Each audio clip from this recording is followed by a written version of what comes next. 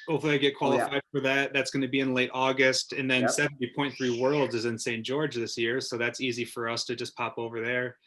And then Kona would be a month later. So that would be about 4-week gap. And I think that would be plenty. Now, what's your wife think about this craziness? That your husband goes out I and think rides she the likes bike it. for a living. Yeah, she likes it. She definitely, if I was just half-assing it, I don't think she would have any. She'd be having me searching for something else. But she, if I'm all in, she's all in. And I think it's cool with the little baby coming up too. I want him to have something to be proud of when he's get older. He can, brag to his friends when he's in school, like, my daddy does this. And I'm like, yeah, that's right. That's right. That's right. Daddy kicks ass and takes names. That's what he does. Exactly. So no, she's a huge supporter. She's definitely my number one fan. And she's amazing. So for a lot of our age group folks who don't quite understand the life of a professional athlete, I mean, this morning, 6 a.m., you got somebody knocking on your door? Yep. Doping control knocked on my door at 6 a.m. And that took about 45 minutes, and got in the pool at 7:30, came back, made a whole mess of pancakes and eggs. Now I'm chatting to you. This is also part of, being the pro life is media. This is great to have this opportunity to build our brand, to have some outreach for our sponsors. And now I'll get on the bike. It's snowing right now here in Boulder. So I'll be down in the pain cave on the trainer for 3 hours and take another break. And then I'll also have a home gym. So be lifting some weights around 4 o'clock and then be able to relax. Full day, man. I love it. Yeah. It's the life. Chris, thank you, bud, for taking some time. It's a pleasure to finally get to chat with you. I've been watching you going, man, I saw him at Daytona, and I saw him at Miami, and I saw him at Kona. We need to get together and chat a little bit. Yeah, I appreciate it, Bob. I feel honored to be on here. Chris Leiferman has been our guest, everybody. Again, Breakfast with Bob, not quite Kona edition. Hold on, everybody. We will be right back.